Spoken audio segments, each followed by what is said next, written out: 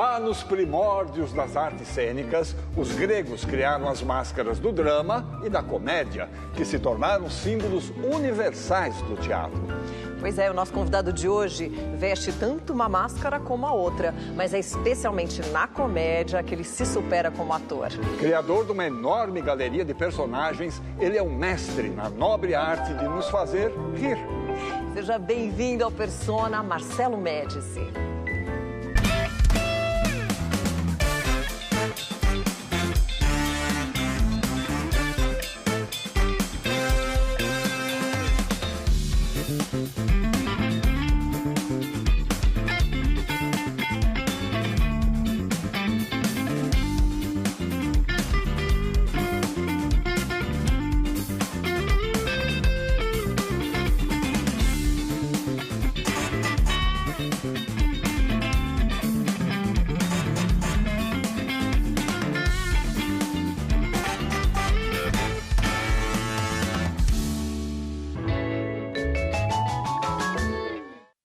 Marcelo, que bom ter você no Persona.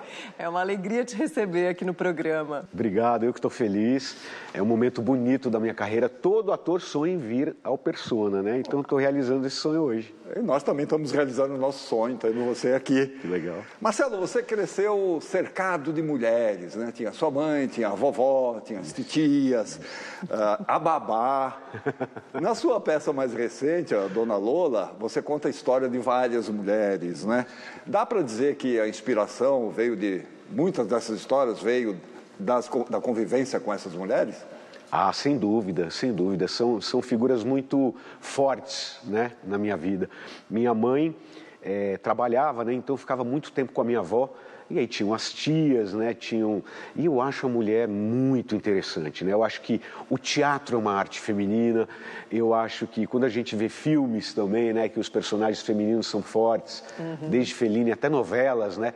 Eu acho que é um universo sempre muito interessante a ser explorado. Porque ele não é óbvio, né? Ele não é reto. Então, o universo feminino te permite toda essa abrangência de emoções, de histórias, de situações. Sempre na mão de uma mulher aquilo fica crível e possível. Bacana. E Marcelo, você é um daqueles atores que já sonhava com a profissão desde criança, né? Inclusive cabulava aula para assistir Vila Sésamo, novelas. Tudo. Quando eu começo a fazer teatro, a primeira versão de Vale Tudo estava bombando. Eu faltava para assistir Vale Tudo, ou faltava também para ver teatro às vezes, cabulava aula. E aí você começa a entender que, na verdade, o teatro já estava sendo muito mais importante do que qualquer coisa para mim, né? Tanto é que aos 6 ou 7 anos de idade você já montou um espetáculo teatral na casa da sua tia, você fazia o Lampião, é isso? Da tia G, eu montei, dirigi, escrevi, atuei, produzi, fiz cenário, figurino. Cenário não, que era o quintal da casa, né? Os convites, obriguei a família inteira a assistir, imagina, criança. E desde pequeno eu já brincava às vezes assim de fazer teatro no quintal, às vezes sozinho. Não sei se era um pouco de esquizofrenia, mas eu brincava sozinho já. E eu lembro da primeira vez que eu fui ao teatro. A Mara Manzan, atriz, ela era filha de uma grande amiga da minha mãe. E eu fui assistir uma peça infantil. E eu lembro da imagem de ver o espetáculo. Eu falei assim, meu Deus, são adultos e estão brincando. Isso me fascinou muito. Eu falei, eu posso continuar brincando quando crescer, né? Quando ficar adulto. Então, eu acho que o teatro tem um pouco essa imagem lúdica para mim até hoje, de continuar brincando sendo adulto. Eu lembro dessa imagem muito forte, assim. Essa coisa lúdica do teatro. De propor, né? Porque o teatro, se a gente propuser no teatro que isso daqui é um rio que nos separa, em 5 minutos isso está convencionado, né? Aí eu nunca esqueço, o título da peça era A Princesa e o Dragão. Você estudou no Mackenzie, né? Sim. E lá você participou também de uma montagem teatral? Foi uma professora? Como é que foi essa experiência? Sim, a Jessi, maravilhosa, que vai ao teatro até hoje me ver, é um orgulho na minha vida, porque tinha a semana do Mackenzie, ou do Mackenzista, eu não lembro agora, e que eram várias atividades. Você podia fazer ou feira de ciências, ou não sei o que e tal, e a Jessi veio com a montagem desse espetáculo, que era uma peça dramática. E aí eu lembro que naquela semana, que o Mackenzie é impecável, tem um teatro incrível, inclusive, mas as cortinas estavam quebradas. Então 2 alunos ficavam na função de fechar a cortina no intervalo da peça. E ficavam sentados assim, por dentro, né, da cortina, evidentemente. E eu não sei porque eu tinha muita vontade de rir quando eu vi os 2 sentados ali assistindo a peça. E aí eram algumas apresentações, era uma peça dramática, mas começou a correr a história que o ator ria do drama. E virou um sucesso. Quem ria era eu, que eu tinha o riso frouxo desde já. E aí, mas foi minha primeira experiência, eu tinha 15 anos, nunca esqueço. E eu adorei, né? Adorei a experiência, porque daí era teatro mesmo, não era mais o quintal, né? Era teatro mesmo. Dali eu já sabia que eu me inscrevi no primeiro curso, depois entrei para o CPT, foi dali. Foi Você lembra peça. que peça era? Chamava-se O Casarão, eu não lembro o autor, mas o espetáculo era sobre um casarão que ia ser demolido, aí uns jovens se motivavam a tentar preservar o casarão. Quer dizer, um tema atual até hoje, né? Porque estão derrubando todas as casas para fazer esses prédios horríveis. Inclusive, do lado do meu prédio está acontecendo isso. Então, era uma peça dramática nesse sentido. Aquele casarão trazia umas lembranças e tal. E era muito bom, assim. E a Jessi, que até hoje ela vai ao teatro e eu fico muito emocionado. Foi a primeira pessoa que... Ela era diretora do espetáculo. Era professora de língua portuguesa. Bacana. Marcelo, agora a gente vai colocar uma foto aqui no telão. Ih, meu Deus. Você pode explicar pra gente que foto é essa? Vou tentar. Que maravilha, gente. Eu e Rick Martin, olha isso. Isso é sensacional. Eu conheci os integrantes do Menudo e essas fitas eu vendia na escola. Porque eu pedia para mandar recado para as pessoas. Então, por exemplo, Chris, eu sou Ricky, te mando um beijo. E eu vendia essas fitas na escola, porque as meninas ficavam enlouquecidas. Sim. E eu comprava lanche na cantina. Agora, muito engraçado. Essa foi desenterrada. Rick Martin, quem diria, né? Ele era muito engraçado. E minha prima também, Simone, conhecia, ele chamava de tagarela. Porque ele fala super bem português, o Rick, né? Mas nunca mais vi. Não, mas eles eram um fenômeno, né? Fenômeno, era Beatles. E aí eles ficaram na casa da filha do empresário brasileiro, que a gente conhecia e tal. Então eu tinha esse acesso. Imagina, eu capitalizei pouco. Você devia foi... ter capitalizado muito mais. Mas você foi empreendedor, hein? Foi. Mas se eu soubesse que o Rick ia virar uma estrela mundial, porque o grupo era uma estrela, né? O Menudo era um fenômeno, realmente. Mas o Rick depois virou um absurdo, né? Na carreira solo, né? E tatuando também, né? Fez teatro, fez uma série. É, verdade. Bom, mas aí você resolveu mergulhar fundo, né, no estudo da interpretação e conseguiu vaga no CPT, né, o Centro de Pesquisa Teatral do Antunes Filho. Todo mundo que passou por lá tem uma história, né, para contar com o Antunes. Você tem também? Tenho várias, porque eu tinha 16 anos. Então, eu entendia a seriedade com que o Antunes levava o CPT. Era um lugar, eu brinco, parecia assim... uma religião quase, assim, né? Até porque ele tinha essa teoria toda taoísta, né? Então era um templo mesmo, assim. Mas eu tinha 16 anos. Então eu tinha muita dificuldade em entender os livros sobre física quântica, sobre taoísmo. Com 16 anos eu fazia colégio na época, né? E Matheus Nastergaile era da turma, o Miro Riso, que é meu amigo até hoje, Matheus também e tal. A gente trancou o Antunes na sala dele um dia. Imagina, coisa de moleque, né? E a gente morria de rir dessas bobagens. O Antunes queria matar. Mas foi uma experiência fantástica. Eu acho que a seriedade com que o Antunes levava o CPT, eu carreguei para a vida, esse comprometimento com o teatro, assim. E eu tive acesso a Nelson Rodrigues, muito forte. E eu lembro que na escola, eu estudava no Objetivo depois. Me chamaram para uma reunião, porque minhas redações já tinham um pouco esse teor do Nelson, essas coisas meio trágicas e tal. Então eles começaram, as pessoas que corrigiam, falavam, quem é esse garoto? Aí eles me chamaram, como você escreve bem, de onde? Daí eu falei, cara, eu adoraria me pavonear aqui, que eu sou um gênio, mas é que eu estou tendo acesso, numa idade que não se tinha, a toda a obra de Nelson Rodrigues. Estudamos muito Machado de Assis também na época, Aqui no colégio, a gente lê um conto, um livro do Machado, ninguém está muito afim disso. Mas lá no CPT a gente tinha que estudar a fundo, né? A gente pegava os contos, a Cartomante, nós ficamos 3 meses estudando o conto da Cartomante, por exemplo, fazendo cenas e tal. Então eu tinha um contato com essas obras literárias de autores brasileiros, especificamente. Depois eu fui para 2 outros projetos, uma tentativa de Romeu e Julieta, que ele ia remontar, eu seria o Mercúcio, e Mercutio, em italiano, va bene. E quase começamos a ensaiar uma nova montagem de Macunaíma que acabou não rolando. Ainda bem, porque com 16 anos, meu grande pesadelo na época era ficar pelado. Eu morria de medo de ter que ficar pelado com 16 anos. Né? Agora também já passou, agora é outro pesadelo por outros motivos. Agora já não dá mais. Mas, enfim. Então, o CPT foi fantástico para mim. Não podia faltar no CPT, né? Então, foi um contato que eu tive com o teatro. E lembro de assistir Paraíso Zona Norte algumas vezes, que eu acho que de teatro é uma das 5 peças que mais me impactaram. Eu participei um pouquinho do processo, mas depois assistia Flávia Pucci fazendo a falecida, uma das coisas mais impressionantes que eu já vi em teatro. É icônico. É icônico, é icônico. É a trilha sonora, meu Deus do céu, que qualidade de teatro, né? Bom, depois disso você teve uma professora muito especial também na sua vida e a gente preparou um quadro sobre ela, depois você comenta, tá bom?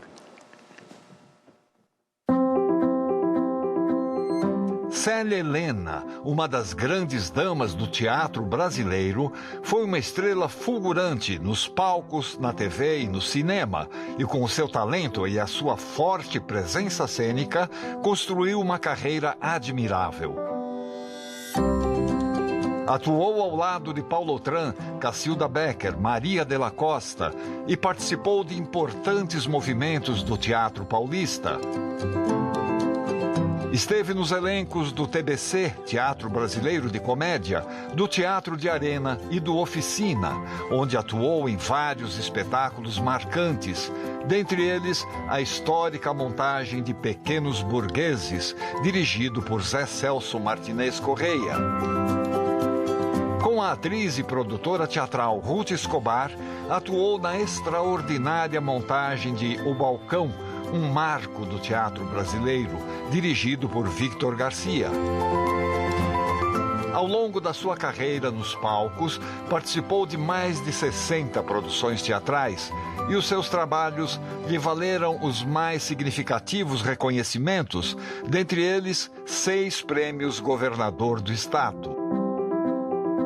A partir de 1977, Célia Helena passou a se dedicar também à formação de novos atores, procurando sempre despertar nos seus alunos não apenas o domínio técnico, mas principalmente o pensamento crítico e a sensibilidade.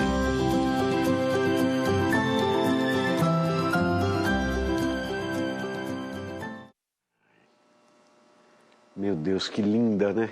Linda, né? Que linda, que linda. Eu lembro que parece um comentário meio bobo, mas assim, da beleza da Célia mesmo, assim. Quando eu tinha aula com ela, e fiquei super emocionado, assim, porque foi muito no começo mesmo, e foi uma professora de verdade. E a gente teve uma relação tão bonita, porque ela gostou muito de mim. Mas no caso da Célia, houve uma empatia muito grande desde o começo. Eu ficava um pouco intimidado, porque era uma mulher muito elegante, mas ela era um furacão. Essa elegância dela, que é uma coisa, né, absolutamente inquestionável, tal. Mas esse pensamento crítico que ela traz, essa bronca quando ela tinha que dar, ela era muito direta. Então, foi uma pessoa muito importante naquele momento, porque eu tinha 18 anos. E é aquele momento que qualquer coisa pode te destruir, pode te machucar tudo. E ela me deu uma injeção enfim, uma injeção de coragem mesmo, de estímulo bom, assim. E aí eu vi a montagem do Pequenos Burgueses quando remontaram, foi em direção do Jorge Tacla, que a Lígia Cortez fazia também, que também foi minha professora amada. E depois vi Célia em Laços Eternos. Sempre que eu voltava ali no teatro que ela ainda estava, era uma alegria, assim. A gente se gostava muito. Quando eu fiz Célia, tinha um boom de novos atores indo para a TV também. E a Célia, que eu achei legal, que era o oposto do CPT, ela não criticava isso, né, da televisão. Mas ela deixava todo mundo bem ciente da profissão como um todo, né? A televisão faz parte, mas não é a profissão. Muito bem, aí vem a sua estreia no teatro profissional. Mas vamos deixar esse papo para o próximo bloco? Vamos lá. Mas antes a gente tem um recado para dar, né, Atílio? Sim, mais uma edição do Prêmio Shell de Teatro está chegando para reconhecer as potências da cena teatral brasileira e as suas histórias. O prêmio é um dos mais tradicionais símbolos da cultura do nosso país, que a cada ano se torna mais relevante no universo das artes cênicas. Esse é um reconhecimento para todos os profissionais, da produção à atuação, da música à direção, que transformam os palcos em espaços de diálogo, reflexão e pertencimento. Na sua 36ª edição, o Prêmio Shell de Teatro vai mais uma vez em busca de talentos que fazem da paixão pelo teatro um verdadeiro espetáculo. Tudo o que você precisa saber sobre a premiação está no site shell.com.br/PST. Acesse já e conheça essa iniciativa. O Persona volta já com Marcelo Médici.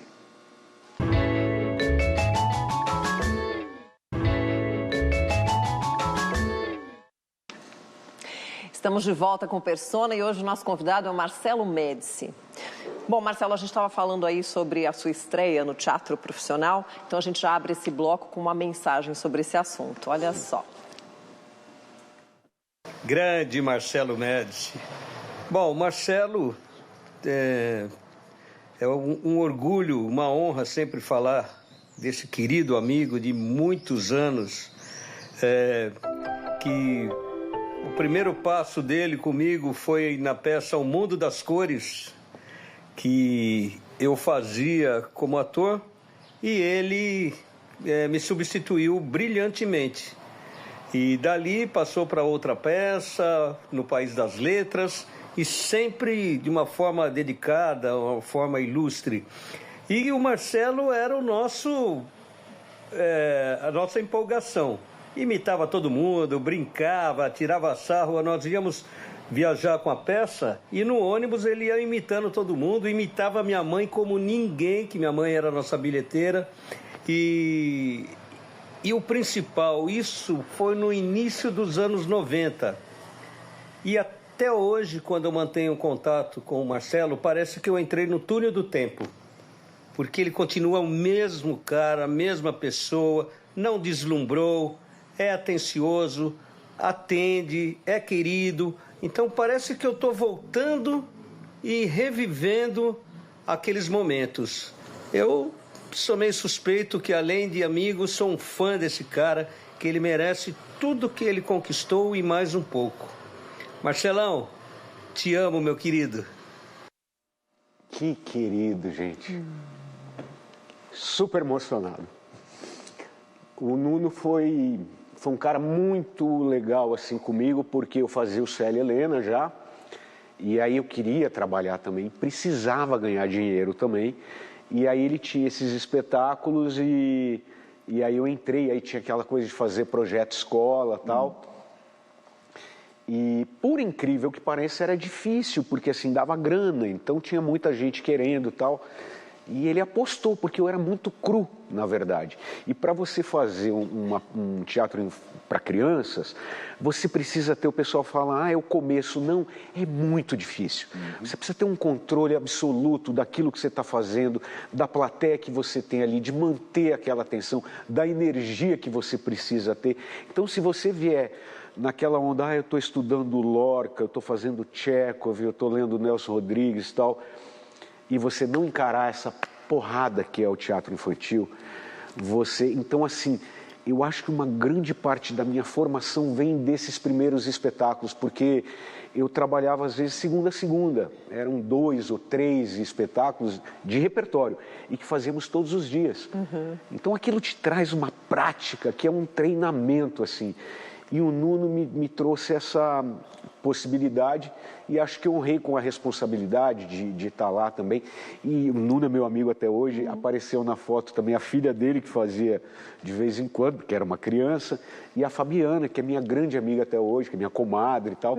Então foi uma fase incrível da minha vida e eu tenho muito carinho pelo Nuno, muito carinho. Que demais. Legal. Agora, você chegou a atuar em 4 espetáculos ao mesmo tempo, é isso mesmo? Nessa época, se eu não me engano. Fazia 2 espetáculos com o Nuno, fazia um com Ronaldo Sembroni, Terezinha de Jesus, e fazia um com Sátiros, que era Saló Salomé.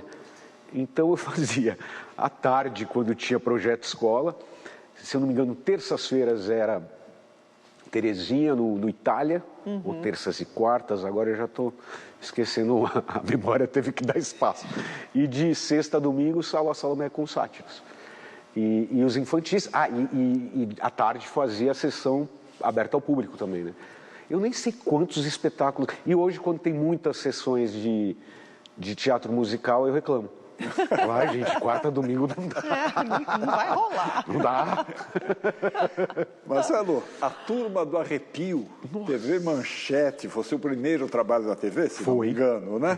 Você fazia o seu epitáfio. Como é que aconteceu essa oportunidade? Ai, foi muito legal. Foi um teste feito numa produtora, que era na esquina de casa.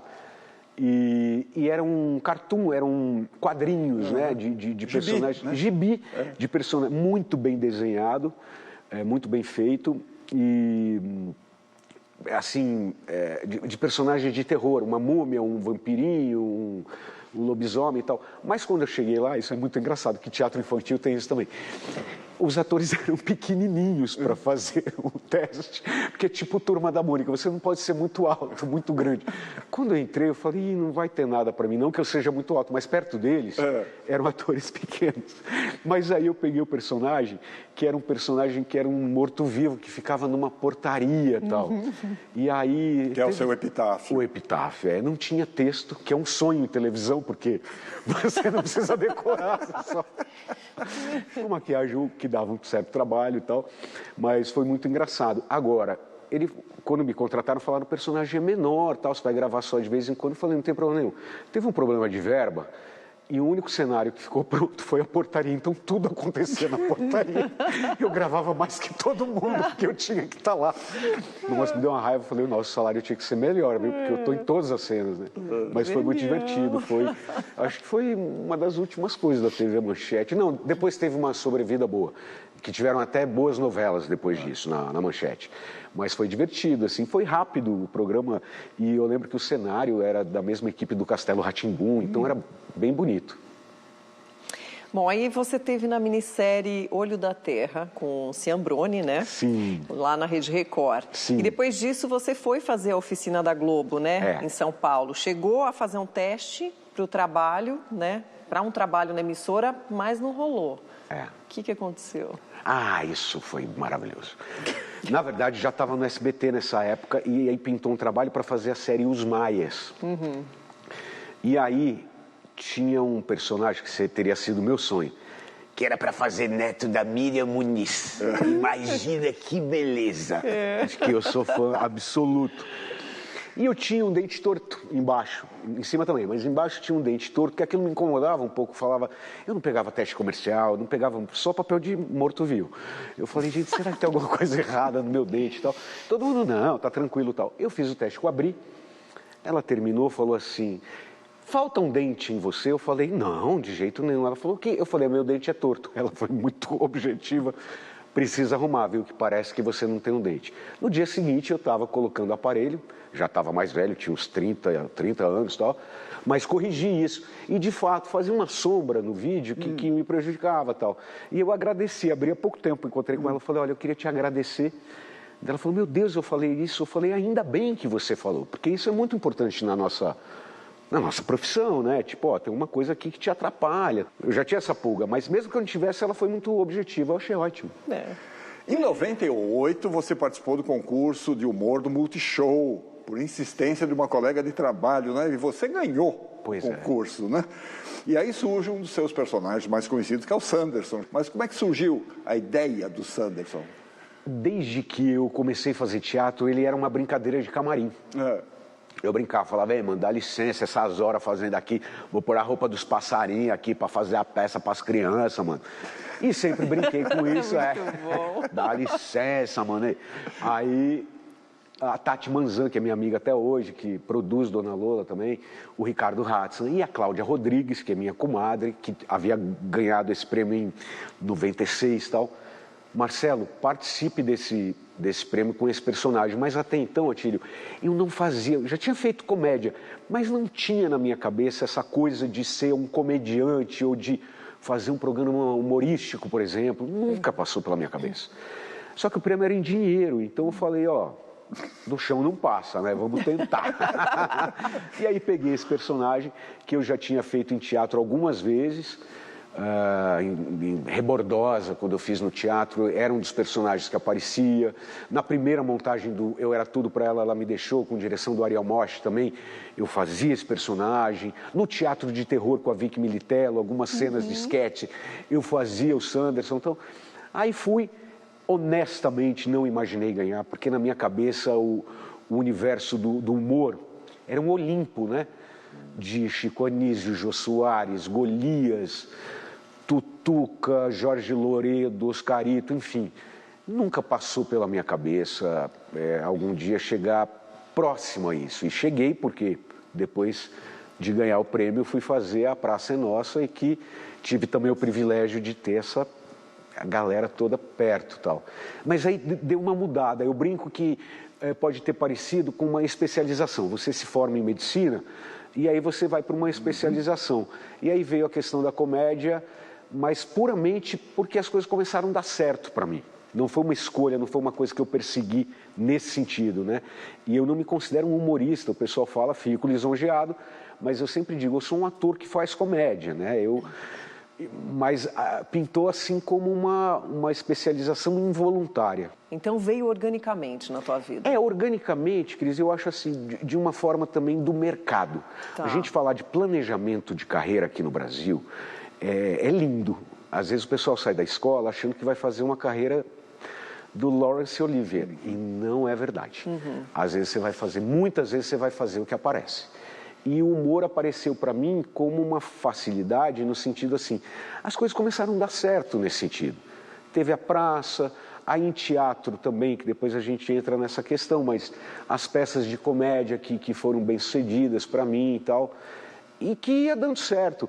Eu lembro que eu fiz, antes do Prêmio Multishow, um certo faroeste caboclo, eu fazia uma cena, um personagem curto. Com o Paulo Faria, né? Com o Paulo Faria, meu queridíssimo amigo. E eu fazia o Pablo, um peruano que vivia na Bolívia e muitas coisas trazia de lá. Eu lembro que na estreia eu fiz um sotaque, assim, um peruano que tinha um sotaque um pouco espanhol, castelhano. Mas eu achei que eu estava fazendo sério. Eu abri a boca, as pessoas começaram a rir. Por 3 segundos eu fiquei bravo. Eu falei, por que estão rindo? Porque eu estava fazendo com muita verdade e continuei fazendo com verdade. Mas as pessoas morriam de rir, achavam engraçado. Então isso parece cabotino, parece, eu não sabia que era engraçado. Mas de fato me assustei com isso. E foi assim a temporada toda. O Pablo entrava, aí depois você fica um pouco exibido, que você fala, eu vou dar risada, daí você fala, aí então eu vou surfar, entendeu? Claro. Mas, porque a comédia é uma delícia, né? O resultado é imediato, é viciante, sobretudo em teatro, né? E aí foi isso.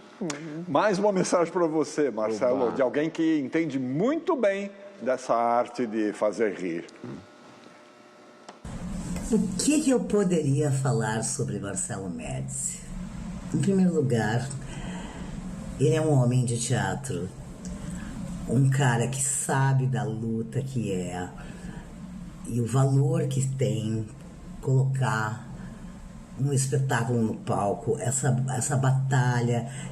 Quando a gente se conheceu, ele veio fazer uma participação na Terça Insana, eu fiquei encantada com o Marcelo. Aí eu falei, eu quero de novo, mais uma vez. Aí ele fez, mais uma vez. E eu falei, adorei, eu queria ver mais outros personagens e tal. E aí o Marcelo acabou entrando pro nosso elenco fixo e criou coisas memoráveis, assim, uma grande surpresa, esse ator de tanta luz, assim, no palco, na vida. E quando nós tivemos agora a oportunidade de contracenar em família tudo, foi tão maravilhoso, porque eu acredito que o tempo apruma quem trabalha com sentimentos, quem trabalha com emoções, os atores, né, trabalham com isso. E foi tão legal contracenar com esse Marcelo maduro, como eu também, já bem mais madura. E eu tenho um orgulho muito grande do lugar aonde o Marcelo chegou, que é um lugar que ele construiu dia a dia, na luta de cada dia, do que é ser um ator, um produtor de teatro, um autor nesse país. Marcelo, todos os meus aplausos de pé. Ah, que maravilhosa. Que lindo o depoimento da Grace. Lindo. A Grace tem uma importância absurda nessa transformação da comédia também, porque eu fazia praça, mas eu nunca tinha escrito nada. Eu não me considero um autor ainda, sabe? Mas a Grace, se é que existe alguma questão aí na autoria, a Grace é absolutamente responsável. Porque na terça eu levei ali um quadro que eu tinha, que eu ganhei o prêmio Multishow, fiz a primeira noite e a segunda eu falei, acabou, é isso que eu tenho. Ela falou, não, crie coisas, crie. Então também foi um voto de confiança e um incentivo muito forte. Aí eu vi aquela loucura que era a terça, né? Aquela insanidade, terça insana, aquela ebulição de criatividade e tal. E aí comecei a testar. E a terça no começo, ela tinha um caráter experimental, que eu sempre digo, sem querer fazer esse número também, mas assim, é uma delícia quando você não tem um grande compromisso com o sucesso, com o que tem que dar certo, porque a terça virou um Boeing depois, né? Um transatlântico. Mas naquele começo, que era ali no Next, que era naquele palquinho, que era um bar, a gente podia se atirar sem rede de proteção. E a Grace incentivava demais isso, em mim, em todos os participantes e tal. Então eu devo a Grace, porque eu criei na terça personagens que depois viriam a fazer parte do Cada Um com Seus Problemas, que é meu grande, né, cavalo de batalha aí. E eu lembro que o Ricardo ele não se apresentava, porque o Ricardo Hudson, que dirigiu Cada Um, muito tímido, mas a construção dos personagens tem a ver com ele também, que me ajudava às vezes. O Mico Leão Dourado é uma ideia do Ricardo, e eu desenvolvi o texto, né? A gente trabalha muito nessa parceria. Mas a Grace é uma grande companheira, ela fala isso da maturidade, realmente, na novela foi uma delícia. A gente brincou e a gente já tinha uma intimidade de 20 anos aí e tal, né? E foi uma explosão mesmo, assim, a gente se entendeu ali de linguagem, né, eu acho, e foi um prazer enorme, assim, fazer a novela com ela, era muito divertido. Que gostoso isso. Muito bom, muito bom. Nessa altura dos acontecimentos, depois do prêmio do Multishow, depois do Terça Insana, você deve ter se convencido de que realmente você era bom nessa praia do humor, né? Vamos continuar falando sobre isso no próximo bloco? Voltamos já com Marcelo Médici.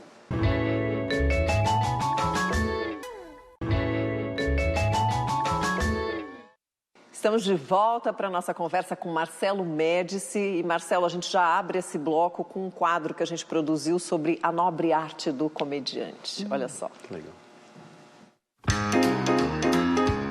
O humor brasileiro tem seu sotaque próprio e foi criado por artistas dos palcos, das telas e até dos picadeiros, como Benjamin de Oliveira, o nosso primeiro palhaço negro, e Piolim, acrobata, músico, mímico e, claro, comediante que encantava plateias com seus talentos múltiplos. Anos mais tarde, Oscarito e Grande Otelo brilharam no cinema da Atlântida com suas atuações memoráveis. Sem falar de Dercy Gonçalves com sua língua afiada e Costinha com seu humor escrachado, reis do improviso e do deboche. Chico Anísio recriou um Brasil inteiro com sua enorme galeria de personagens. José Vasconcelos e Jô Soares trouxeram inteligência ao riso, enquanto Ronald Golias fazia do absurdo sua marca registrada. E os Trapalhões, que divertiram várias gerações com suas estrepolias, também se calcavam no circo. Mais recentemente, nomes como Tom Cavalcante, Leandro Hassum e Fábio Porchat trouxeram modernidade ao humor brasileiro. Humor esse que é espontâneo, crítico e afetuoso e que continua sempre se reinventando. Afinal, como diz o ditado popular, e a ciência comprova, rir é o melhor remédio.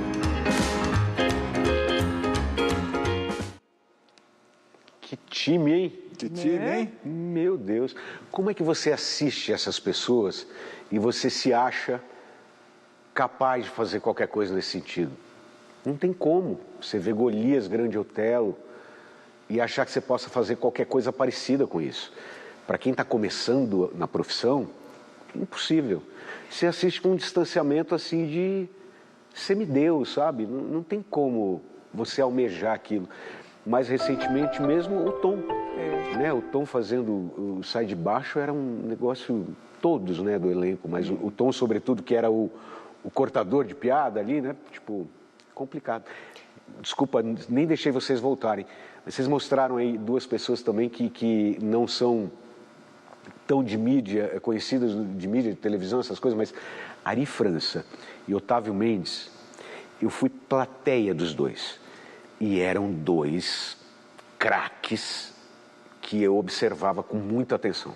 A irmã Selma. Antes, porque a irmã Selma é da Terça Insana. O Tatá fez no teatro uma peça do Emílio Boechat chamado Camila Baker Lives in Concert. Eu vi umas 5 vezes. Ele era de um olhar tão diferente de comédia, assim, que realmente a gente ia assistir para assistir o Tatá mesmo. Assim. Era um negócio impressionante. E o Ari França entrava para dar o terceiro sinal de um Molière, que já era o espetáculo. Ele vinha até o meio do palco, fazia assim e saía sem fazer nada. E a plateia vinha abaixo. Quando riam, ele voltava e olhava feio.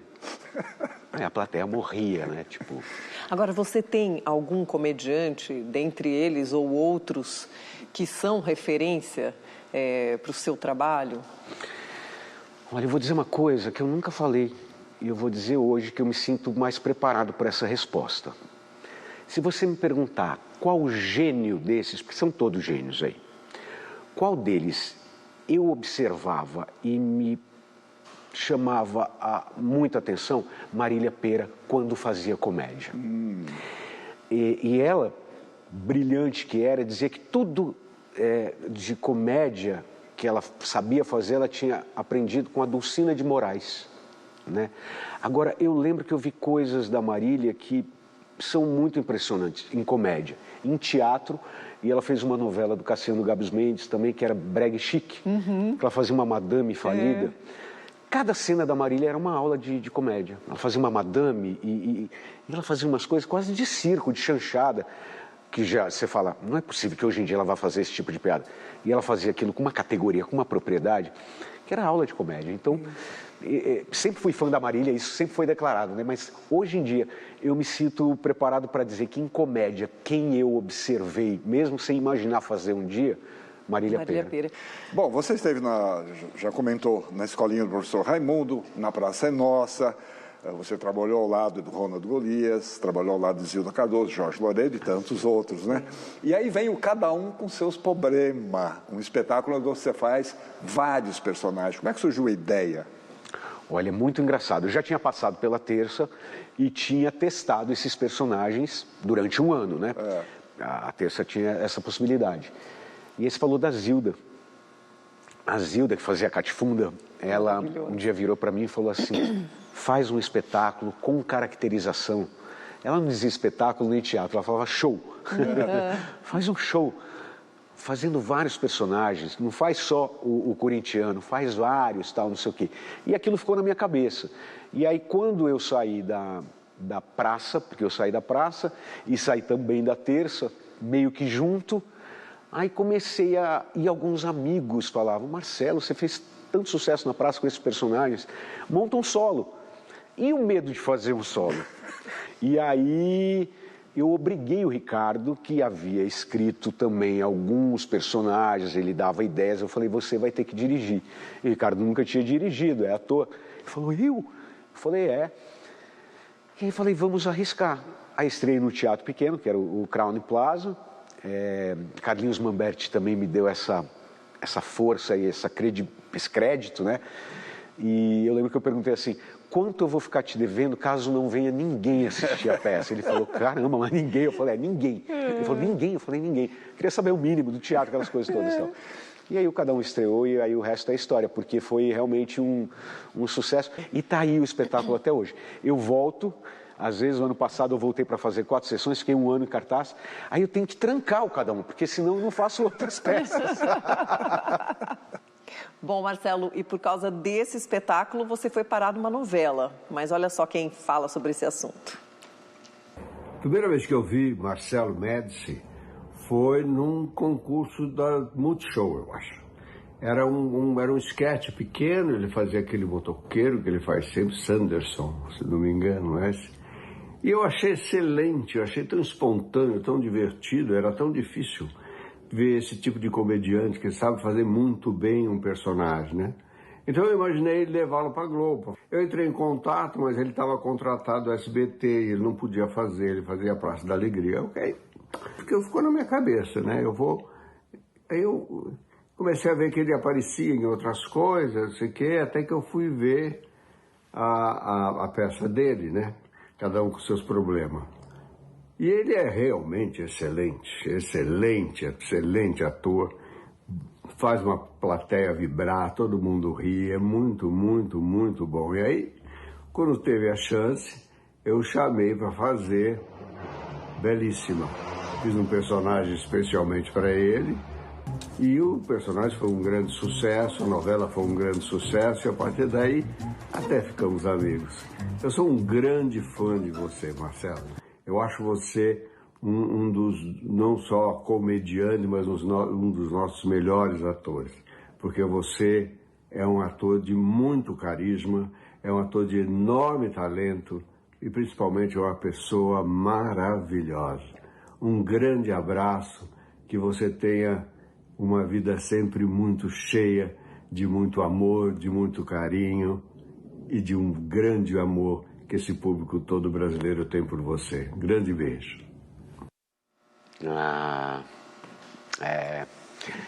O Silvio, tipo, padrinho, né? No melhor sentido da palavra, sabe? Porque também ele não é um cara que passa a mão na cabeça, quando tem que dar bronca ele dá também. Mas o Silvio, ele foi tão importante, e sem mágoa nenhuma, que eu vou dizer uma coisa que é verdade. Ao mesmo tempo que foi incrível fazer a praça, eu me sinto muito orgulhoso de ter feito a praça por milhões de motivos e tal. Existe um preconceito contra o comediante aqui no Brasil. Principalmente para você migrar de um programa humorístico para uma dramaturgia. Principalmente uma dramaturgia como uma minissérie, uma novela das 9 horas e tal. Existe um preconceito em tudo com comédia, né? Premiação, crítica... Sim, é verdade. Tem, isso é fato. E eu acho que é até mundial, não é só brasileiro, não. Aqui no Brasil é muito claro isso. E o Silvio é um cara que eu sou fã, porque o Silvio tem uma trajetória linda também de ator, de depois ter se transformado em autor. E eu, sem saber porquê, sem entender como são as coisas, eu via que as novelas do Silvio, ele trazia alguns humoristas para a novela, umas pessoas meio inusitadas, por exemplo, Consuelo Leandro, em Cambalacho. Carmen Verônica. Carmen Verônica, que é uma gênia, né? Eu adoro a Carmen Verônica, maravilhosa. Consuelo Leandro, que é uma gênia. Regina Casé, também, Cambalacho. Então, assim, o Silvio tem uma referência que claro que ele é muito mais culto que eu, mas é de uma referência que eu tenho também, de Atlântida, que eu gosto. E aí eu via que ele trazia comédia para as novelas dele. Ele não conta aqui porque ele é muito elegante, mas eu cheguei a falar para ele, se eu nunca fizer uma novela sua, você é um ator frustrado. Olha a responsa. Aí quando ele me chamou para fazer a primeira novela, de fato eu estava fazendo a praça e não pude. Eu quase morri, porque por mais que eu fosse feliz na praça, imagina fazer uma novela do Silvio de Abreu. O elenco era os maiores atores de comédia do Brasil, começando por Dona Fernanda Montenegro, que é uma atriz tão grandiosa que também faz comédia brilhantemente, que era As Filhas da Mãe. Aí tinha Andréa Beltrão, tinha Diogo Vilela, enfim, era um elencaço, Cláudia Raia. Não pude fazer, fiquei doente. E aí quando eu fiz o Cada Um, eu achei que tinha passado o bonde, entendeu? Tal. Até que um dia acordo com uma ligação do Silvio. Ele não falou aí, mas ele deixou um recado. Vou assistir tua peça hoje, quero fazer um convite. Quase morri, né? Foi o teste mais longo da minha vida, que eu entrei, eu já dei de cara com o Silvio de Abreu e Denise Saraceni.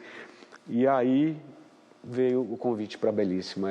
Eu sou muito grato ao Silvio e eu acho que ele teve esse peito de tirar um cara que era do humor, da praça e trazer e tal. Porque o Silvio é um cara muito culto, né? Ele sabe de chanchada, ele sabe de todas as peças da Broadway, dos filmes da Golden Age, sabe? Tipo, é um cara cultíssimo e tal, e muito carinhoso, assim, é gratidão eterna, assim. Ele realmente deu uma mudada na minha carreira e, consequentemente, na minha vida por conta disso. Marcelo, mais recentemente você circulou pelo país com os espetáculos Enquanto Não Fazemos Novela e Teatro para Quem Não Gosta. As duas peças tratam de temas muito próximos, né? Que é a realidade do ator e o amor ao teatro e tal. Fala um pouco sobre isso. É muito engraçado, que eu acho que a gente vive um momento que... Eu tenho uma cisma que ninguém gosta de ver bastidor. Nem peça que fale sobre o teatro e nem filmes que ficam mostrando muito bastidor. Eu acho que o público não tem tanto interesse. Não sei porquê, é uma questão minha, eu acho que não tem. Mas quando eu vou escrever sobre teatro, e principalmente quando eu me junto com o Ricardo, eu falo, cara, eu tenho que falar da minha verdade, da minha realidade. Então, assim foi com Cada Um com Seus Problemas, que é a trajetória de um ator de teatro que tem uma síndrome de pânico ao entrar. E o Teatro para Quem Não Gosta, ele veio numa época que a gente estava numa mudança de governo aí, de uma situação muito delicada, que o teatro, como sempre, né, é o mais frágil, é o que mais pode sofrer com essas questões e tal. E a gente falou, cara, será que o teatro vai acabar? Ele não vai acabar nunca, isso a gente deixa muito claro. Mas o teatro, no decorrer da história toda da humanidade, ele sempre existiu. E ele sempre foi ameaçado. Às vezes ele some, mas daí ele volta. Ou com pandemias, com questões assim, né? E aí a gente tenta fazer isso de uma forma divertida, assim, né? De mostrar que a realidade do teatro, a fragilidade dele e o lado bom também, né? Que o teatro tem um lado maravilhoso, né? Ele caminha junto com a história da humanidade, né? Dos grandes autores, de não serem esquecidos, né? Então a gente tentou, no Teatro para Quem Não Gosta, trazer essa trajetória e o que estava acontecendo um pouco com o teatro também, com essa questão do stand-up, dos influenciadores digitais que estão indo fazer teatro. E brinco com isso em Dona Lola também um pouco, né? Você tem habilidade para o canto, para a dança, também participou de alguns musicais, né? Como Wicked, Sweet Charity. E a gente tem a mensagem aí agora de alguém dessa área. Legal. Eu conheci o Médici no meu último ano do CPT. A gente ficou amigo logo de cara. A gente ria das mesmas coisas, se divertia das mesmas coisas, criticava as mesmas coisas, ainda muito jovens e muito empolgados com a profissão. Anos depois eu vejo ele ganhar um prêmio de humor no Multishow. Fiquei muito surpreso. Não que eu não soubesse da capacidade dele, mas aquele adolescente ganhando um prêmio de humor e logo depois vindo fazer no Rio de Janeiro uma peça da Carla Camurati chamada A Rainha da Beleza de Lilene, com a Valderez de Barros e o Jairo Matos, que eram da minha família praticamente. Ele era como se eu tivesse na minha família paulista novamente. Ele veio para o Belíssima, uma novela no Rio de Janeiro, com a Cláudia Raia, e foi aí que a gente fez o Sweet Charity, que eu tive a honra de trabalhar com eles, e a cena do Oscar, que era o personagem do Médici, no elevador, claustrofóbica, das coisas mais impressionantes que eu vi e fiz na minha carreira. Alguns anos depois a gente fez o Rock Horror, o Frank, era um personagem extraordinário, parece que foi escrito para ele, e a nossa última contribuição juntos foi Se Meu Apartamento Falasse, do Neil Simon, que era uma joia rara. Eu acho ele um gênio, mas falar que ele é um gênio, eu acho um lugar comum. As pessoas falam que o Médici se parece com o Nanini, com a Marília, com a Dercy, com a Bibi, enfim, só com os grandes, mas ele não se parece. Ele faz parte desse Olimpo, ele tem esse tamanho, ele tem esse ator antigo de frente. É raro, é aquele ator antigo que aprendia com as companhias de teatro, sabe? Que o primeiro ator ensina para o filho, que ensina para o neto. Eu acho que ele tem esse DNA do gigante. Ele é um dos nossos maiores e sempre será. O Olimpo é o lugar dele, eu acho ele um gênio, usando a palavra óbvia.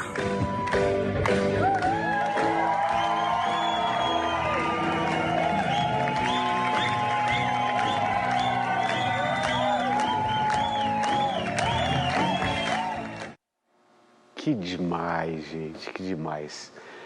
Charles é uma das minhas pessoas preferidas no mundo, assim, eu morro de rir com ele na vida e tal. E como diretor, eu acho que depois do Ricardo, que a gente tem essa parceria na escrita também, digamos assim, um diretor neutro, né? É o meu diretor preferido, Charles. É quem eu tenho uma confiança absoluta no Charles, porque eu confio no bom gosto dele. Eu me atiro quando estou com ele. A gente tem uma coisa de se olhar. Quando ele não gosta também, ele fala, não é por aí. A gente se entende muito rapidamente e tal.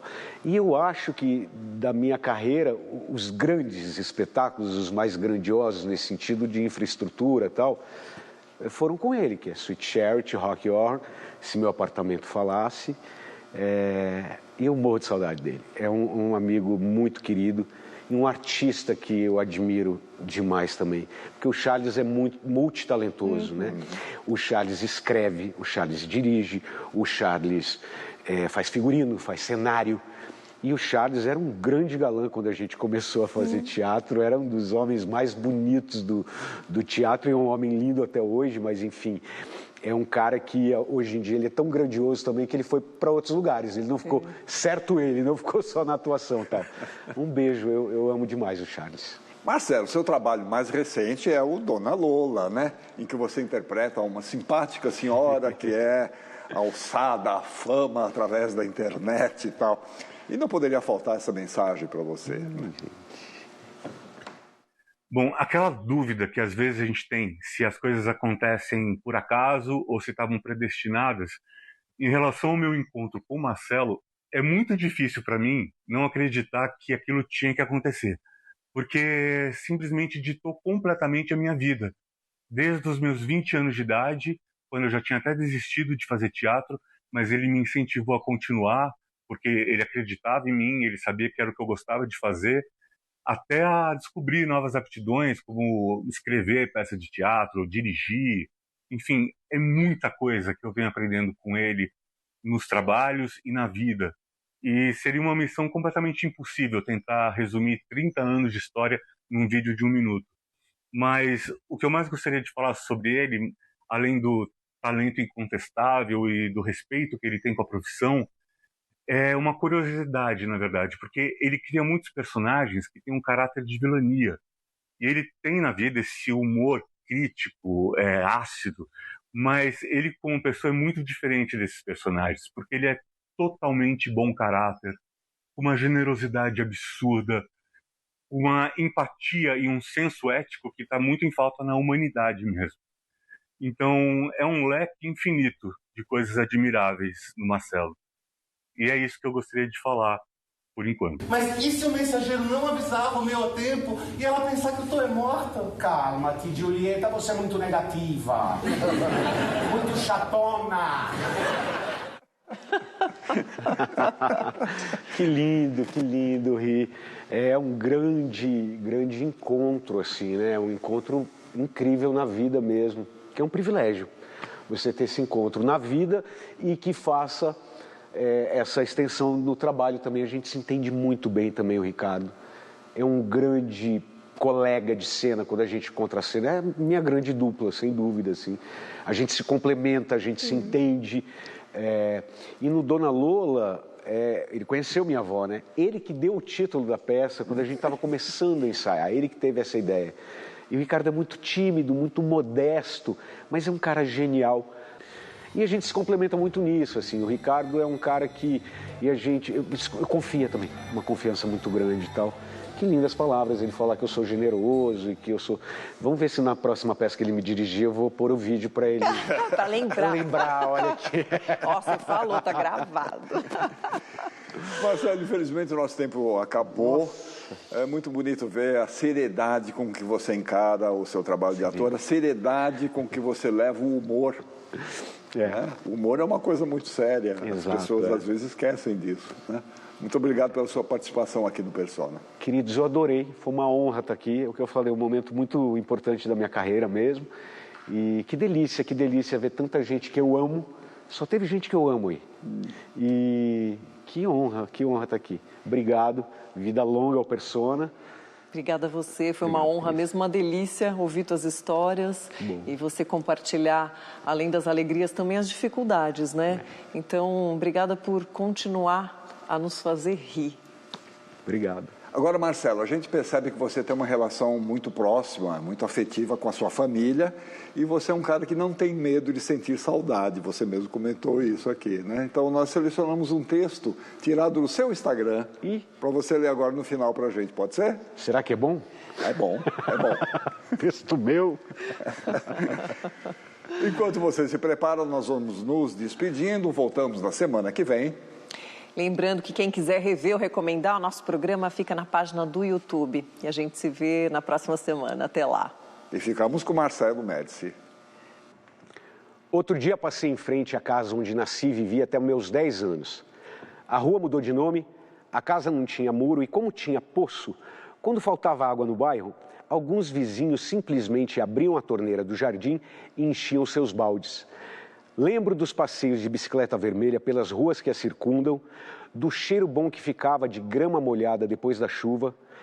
Lembro também do imenso quintal, da inseparável companheira de aventuras Lili, uma vira-latinha brava que me defendia com unhas e principalmente dentes. E lembro de tocar no último volume os discos dos Secos e Molhados, que roubei do meu irmão, e do filme Greasy, ambos ficando todos riscados pelo uso excessivo e a má manipulação do DJ. Quando mudamos, quase morri. Não queria deixar a escola que continua em frente, os amigos com quem brincava diariamente na rua, a loja de brinquedos que eu era freguês, a venda onde eu adquiria meus picolés e chicletes com açúcar, a feira onde eu ia com minha avó aos domingos. Sou grato às lembranças de uma infância maravilhosa e cada vez mais tenho a certeza de que não existe presente, nem futuro, se a gente não tiver um passado.